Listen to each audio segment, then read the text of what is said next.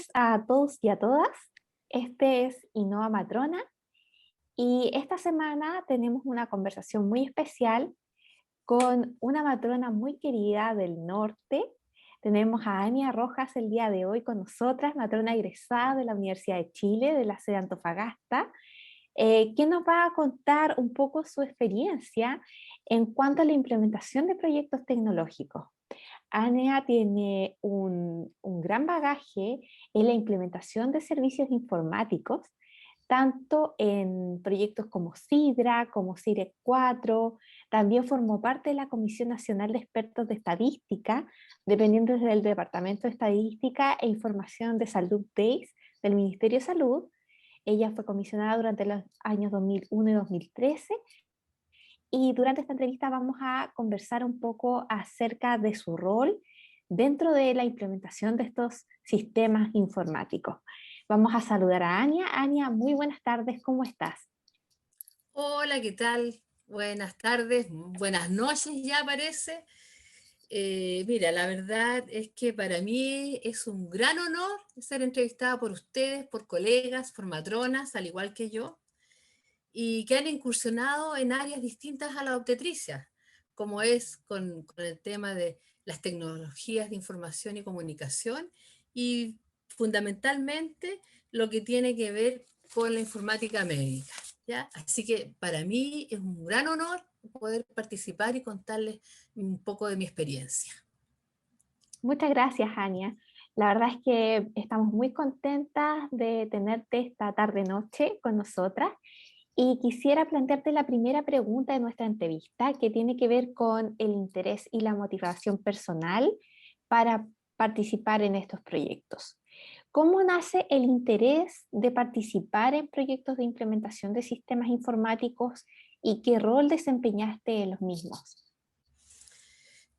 Ya, mira, yo trabajé en clínica pocos años, aquí en el hospital de Coquimbo, y después por algunas razones de la vida me dediqué al área administrativa, ¿ya? Fui jefe de farmacia, etcétera, y después llegué aquí a la dirección de servicio y siendo jefe de estadísticas en la dirección de servicio, me enfrenté a estas situaciones. Primero fue trabajar en un proyecto en la década de los 90, ¿ya? Que era la implementación de la automatización de los hospitales de La Serena y Coquimbo, con unos proyectos que fueron en conjunto con el Servicio Salud Atacama, ¿ya? Y eso significaba que teníamos que automatizar algunos procesos, como era finanzas, abastecimiento, farmacia, recursos humanos y SAM, que se le llamaba en esa oportunidad, Sistema de Administración Médica, que tenía que ver con la agenda básicamente, ¿ya? Con la agenda de SOME. Y como yo trabajaba en estadística y era referente de los SOME de los establecimientos, me invitaron a participar. Yo era parte del departamento de informática en esos años, ¿ya? Y me invitaron a participar y yo me motivé de inmediato.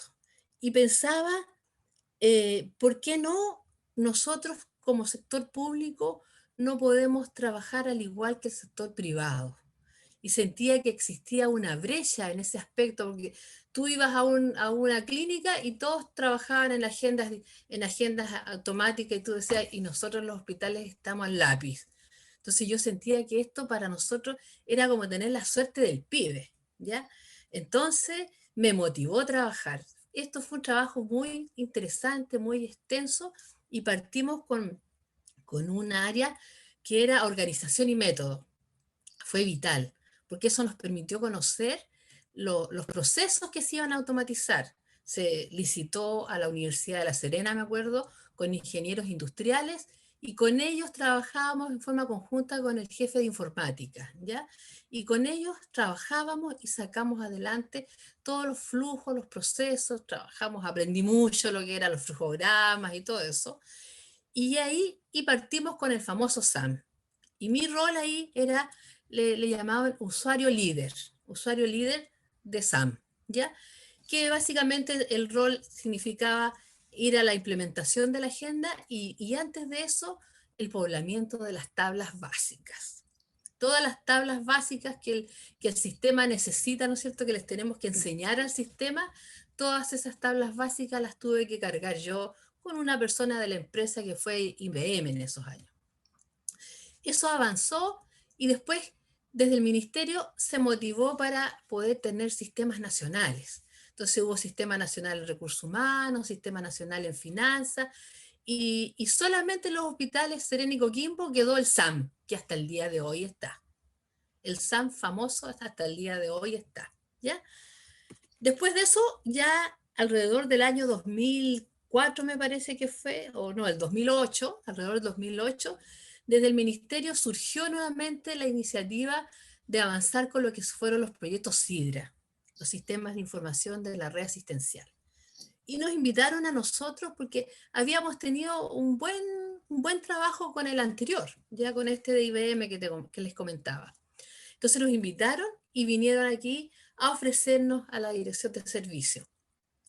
Y este proyecto consistía en implementar algunos procesos que eran agenda, dispensación de fármacos, urgencia, referencia contra referencia, población bajo control, ¿ya?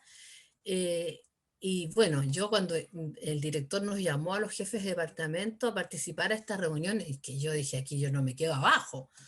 Yo dije, aquí a lo menos agenda va a ser mío, porque como era de SOME, yo era referente de SOME, porque yo decía, esta sí que es la oportunidad.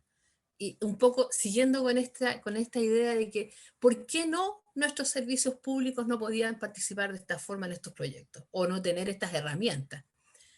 Bueno, el servicio aceptó incorporarse a este proyecto que era ambicioso y además se financiaba, era financiado desde el ministerio, todo lo que tenía que ver con hardware, todo lo que tenía que ver con el software mismo, y bueno, y el trabajar era parte nuestra, el servicio tenía que poner a su gente. Y a raíz de que yo tenía esta experiencia y estaba en esto, me nombraron coordinadora del proyecto. Yo acepté encantada, feliz de la vida. Tuve dedicación exclusiva por 2 años. Y estadística trabajó un colega, fue el jefe subrogante, y yo me dediqué a toda mi jornada a ser coordinadora del proyecto SIDRA. Y con eso partimos con el trabajo bastante arduo, pero como te digo, la motivación básica mía era el pensar que nuestros servicios públicos debían contar con estas herramientas. Eso era básicamente. Eso. Ahora, Ania, cuéntanos, dentro de todo este proceso, a grandes rasgos, ¿cuáles fueron las actividades que incluyeron la gestión del cambio para comenzar con esta implementación? ¿Cómo se trabajó la gestión del cambio? Mira, lo primero que hicimos nosotros, bueno, aparte se formó a nivel de la dirección de servicios un equipo ejecutivo del proyecto, en que había un jefe de proyecto que era el jefe de informática, yo seguía como coordinadora y se nombraron encargados responsables de cada uno de los componentes, que eran personas del área clínica, ¿ya? Porque aquí nosotros siempre consideramos que esto debería ser una integración del área clínica, del área de informática y quienes manejábamos la información, que en este caso era estadística. Entonces, trabajamos y diseñamos estrategias y lo primero que pensamos, la primera etapa tenía que ver con la sensibilización de los equipos, ¿ya? De la sociabilización también, o eso, ¿ya? Y porque sabíamos que el desarrollar estos cambios en los establecimientos era difícil, sobre todo que se había trabajado de una forma de por vida. Entonces, quebrar esos esquemas, introducir herramientas tecnológicas, computadores básicamente, era complejo. Entonces, hicimos nosotros un trabajo de sociabilización y fuimos a evangelizar. Esa fue la palabra. Nos movimos a todos los establecimientos de la región como equipos y ahí les contábamos qué significaba el proyecto, a dónde íbamos a llegar, íbamos a llegar con computadores, etcétera, etcétera. Entonces, esa fue la parte súper importante que nosotros tuvimos. Otro elemento importante fue la definición de requerimientos en forma participativa. Eso para nosotros era vital. Entonces se pidió conformar equipos de trabajo a nivel de todos los establecimientos. básicamente los establecimientos de atención primaria, todos los CEFAM, urbanos y rurales, establecimientos de mediano y de baja complejidad, y también incluimos a los de mayor complejidad, pero solamente uno enganchó de completo, que fue el Hospital de Ovalle. Y los otros dos participaron, Serena y Coquimbo, pero ahí con dificultad, ¿ya? Entonces, definir los requerimientos, pero en forma participativa, para que todo el mundo estuviera al tanto de lo que significaba lo que íbamos a automatizar. Y lo otro, el otro aspecto importante, era la reingeniería de los procedimientos. Esto iba a significar un cambio en el cómo hacíamos las cosas. Y por tanto teníamos que eso identificarlo y trabajarlo con los mismos establecimientos. Yo creo que esos eran los elementos más importantes que tuvieron que ver en la gestión del cambio, pero lo fundamental era la sociabilización, eso. De acuerdo, Ania. ¿Y cuáles crees tú que fueron las mayores limitaciones que se encontraron como equipo de implementación? Mira, por una parte, la resistencia al cambio, básicamente de clínicos, ¿ya? De clínicos y también de algunos directivos. Y los clínicos, ellos pensaban de que estos eran mecanismos de control, ¿ya? El hecho de tener agendas donde tú les ibas a poder ver los rendimientos de sus atenciones y poder hacerles cumplir sus agendas como corresponde, eso creaba cierta resistencia, ¿ya? De parte de los clínicos. Y también de algunos directivos que no creyeron en este proyecto, ¿ya? Por otro lado, estaba el analfabetismo digital, ¿ya?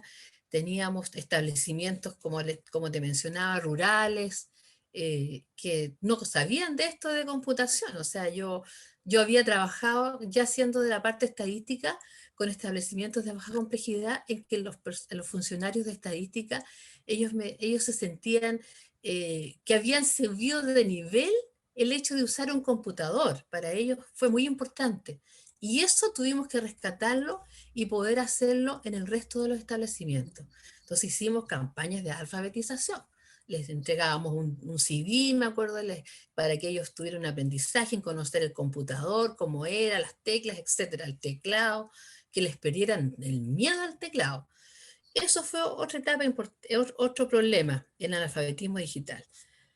Otra dificultad fue el trabajo con la empresa proveedora de sistemas, porque se licitaron estos proyectos y participaron diversas empresas, y entre ellas la empresa que nosotros adjudicamos, teníamos que estar constantemente negociando con ellos y exigiéndole que cumplieran las definiciones, y ellos se portaban bien, pero ellos como tenían también tenían que cumplir sus plazos y cumplir, obviamente la empresa también ve su interés, ¿no es cierto? Por lo tanto, ahí constantemente teníamos que estar los tiras y afloja, y ahí fue un elemento complejo. Otro elemento que fue vital fue que no contábamos con los estándares de salud. Ese tema fue pero terrible. En ese año, por el hecho de yo estar en estadística del ministerio, yo tenía un poco más de acceso a la información de estándares. Yo sabía para dónde iba, y yo de hecho eso fue lo que cargué, porque las tablas las tenía que entregar yo a la empresa.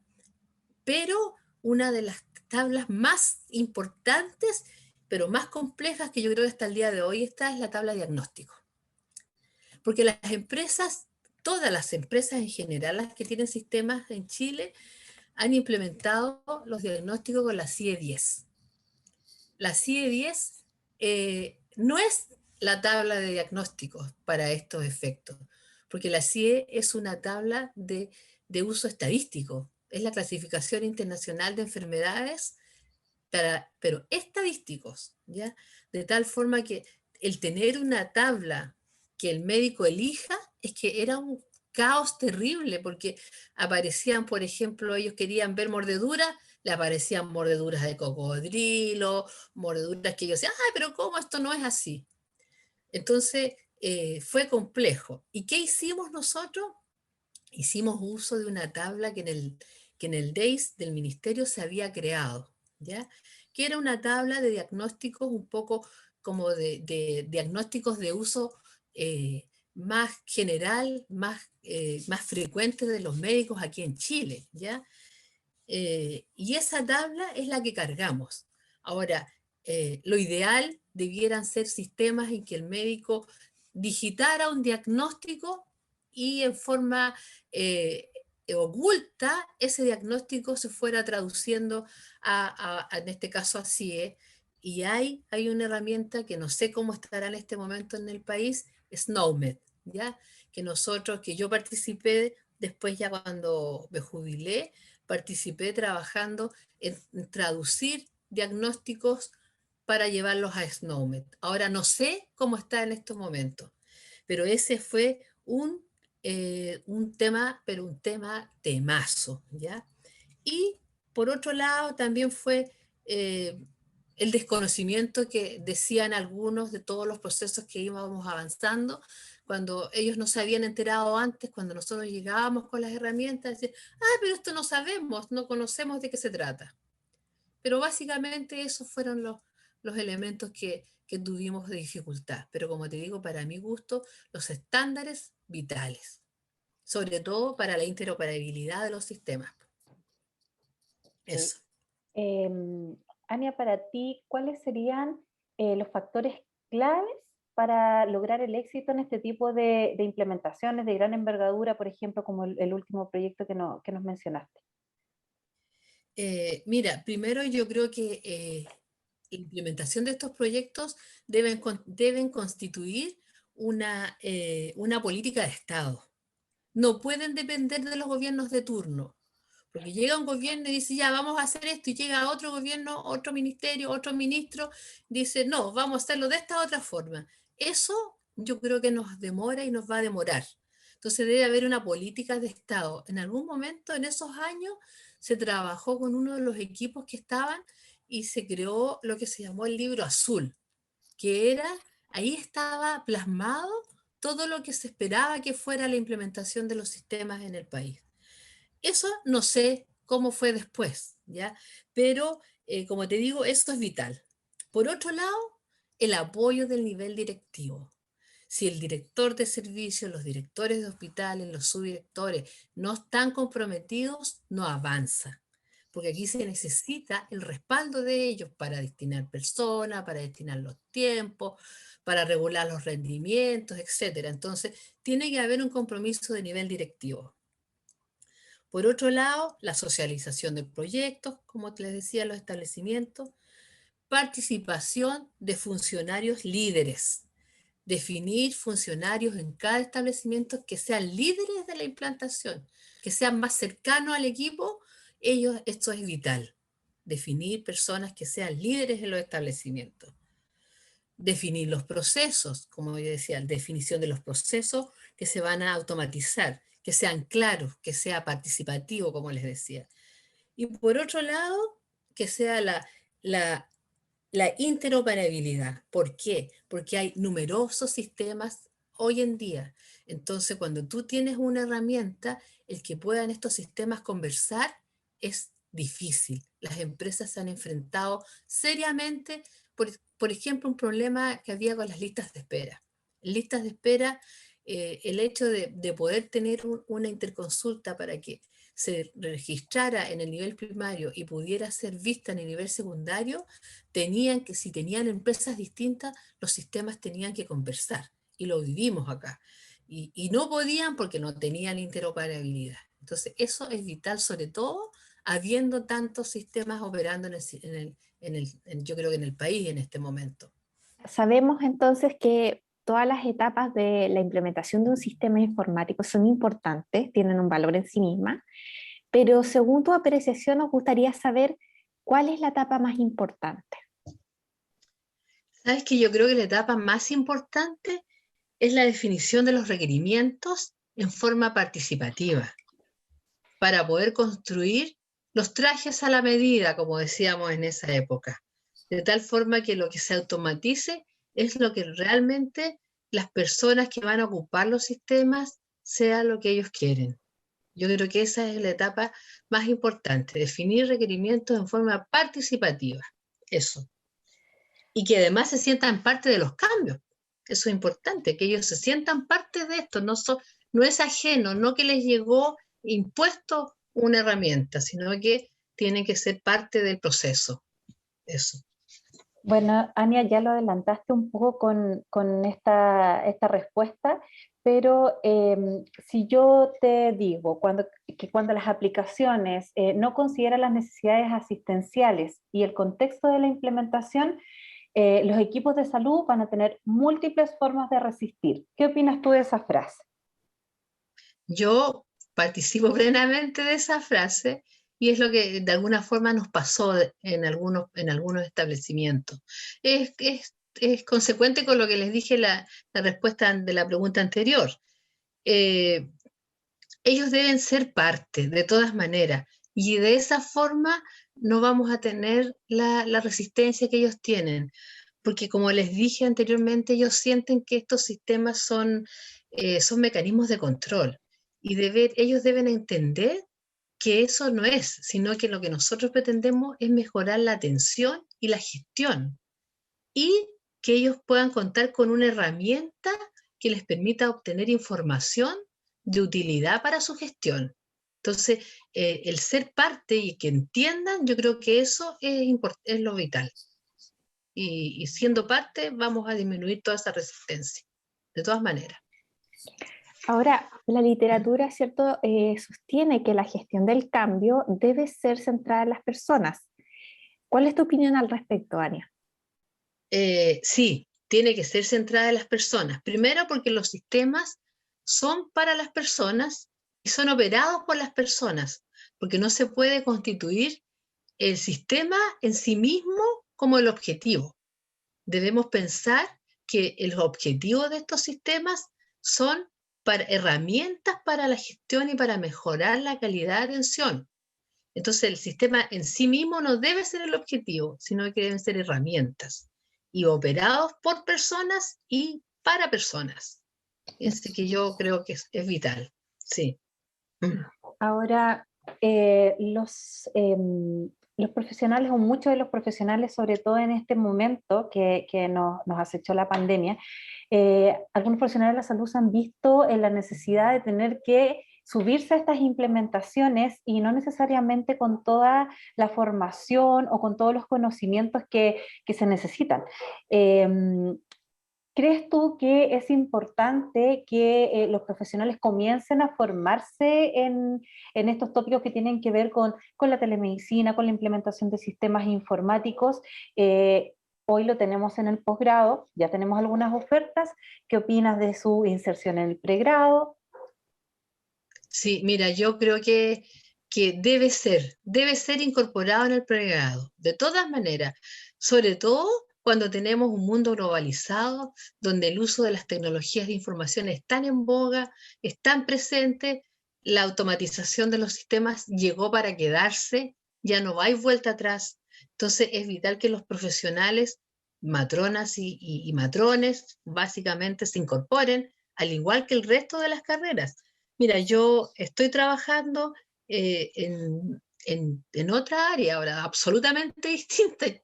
Soy directora técnica de un establecimiento de larga estadía para adultos mayores, ¿ya? Y trabajo con profesionales jóvenes, que pueden ser hijos míos. Y yo me doy cuenta que ellos tienen brecha informática, brecha del uso de tecnología tan simple como usar las herramientas del Office, así como usar un Excel, etcétera. Entonces, eso tú lo ves más a menudo, lo ves bastante a menudo. ¿Por qué? Porque en el pregrado no se ha hecho énfasis, así que yo creo que es vital que en el pregrado se introduzca de todas maneras. Y no está presente, no está presente. Eso. Finalmente, Ania, desde el punto de vista profesional, nos gustaría saber cómo evalúas tu experiencia en la implementación de estos sistemas de información en salud. ¿Qué es lo que te brindó dentro de tu trayectoria profesional y cómo evalúas esa experiencia. Mira, la verdad es que yo eh,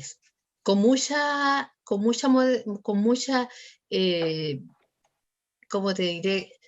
Siendo súper humilde, con mucha humildad, yo me siento muy orgullosa de haber participado en este proyecto grande como fue Sidra. Me siento muy orgullosa porque siento que aquí en la región se sentaron las bases.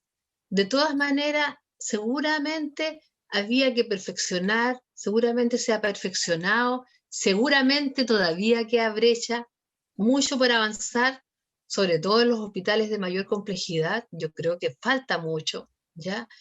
Pero yo me siento muy orgullosa. Yo creo que cuando me retiré del trabajo público, cuando me jubilé siendo jubilosa, la verdad es que hice así como un raconto y dije sí, aporté mi granito de arena y he estado presente con todos en todos los establecimientos. Yo tengo de alguna forma también contacto con los establecimientos y siempre estoy al tanto de lo que está pasando. Entonces, me siento muy contenta, muy orgullosa de haber podido avanzar.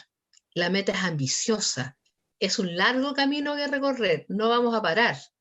No vamos a parar nunca, pero hay otros que van a tener que llegar, pues son ustedes que son más jóvenes, son los que vienen detrás de ustedes los que tienen que continuar con este proceso. Y el aprendizaje para mí fue, pero de todo tipo, porque entre aprender la parte tecnológica, yo no soy joven, entonces en aprender toda la parte tecnológica, en aprender conceptos que yo no tenía idea, y además el trabajar de una forma distinta, el poder llegar a los equipos, el poder relacionarse con los equipos, todo eso fue un aprendizaje. Fue un aprendizaje. Yo era bastante rígida, bastante estricta por el hecho de trabajar en estadística, pero el hecho después de Considera tuve que empezar a ser más tolerante, porque teníamos que convencer a las personas, entonces no podía llegar siendo así bastante estricta. Entonces todo eso fue un proceso de aprendizaje como persona y en la parte profesional, de todas maneras. Bien. Eso. Ania, queríamos agradecerte. La verdad es que el gusto ha sido nuestro de poder escuchar una experiencia real, porque a veces la teoría nos aporta mucho, sin embargo hay que vivirlo, como decimos nosotros, en carne propia. Y estar ahí, estar en el centro, sobre todo cuando todavía no había un impulso tan grande como el que tenemos hoy día con la pandemia. Entonces, como equipo de Innova Matrona, queríamos agradecerte nuevamente este espacio que nos has dado para contarnos tu experiencia y nos gustaría que nos dieras algunas palabras, si quieres, al equipo o a todo el público que va a ver esta entrevista. Ok. Mira, primero que nada les quiero agradecer a ustedes. De todas maneras, mi primer agradecimiento para ustedes, que yo les pueda contar esta experiencia, la verdad es que para mí fue muy grato. Eh, Empezar a ver y vivir y revisar y volver a vivir esos momentos, la verdad es que ha sido gratificante. Les agradezco de todas maneras. Y por otro lado, quiero motivar a todas las personas que puedan, colegas o profesionales de la salud, que puedan ver, escuchar esta entrevista. Quiero motivarlos para que se incentiven, que ellos se partan, que trabajen con las herramientas, no le tengan temor.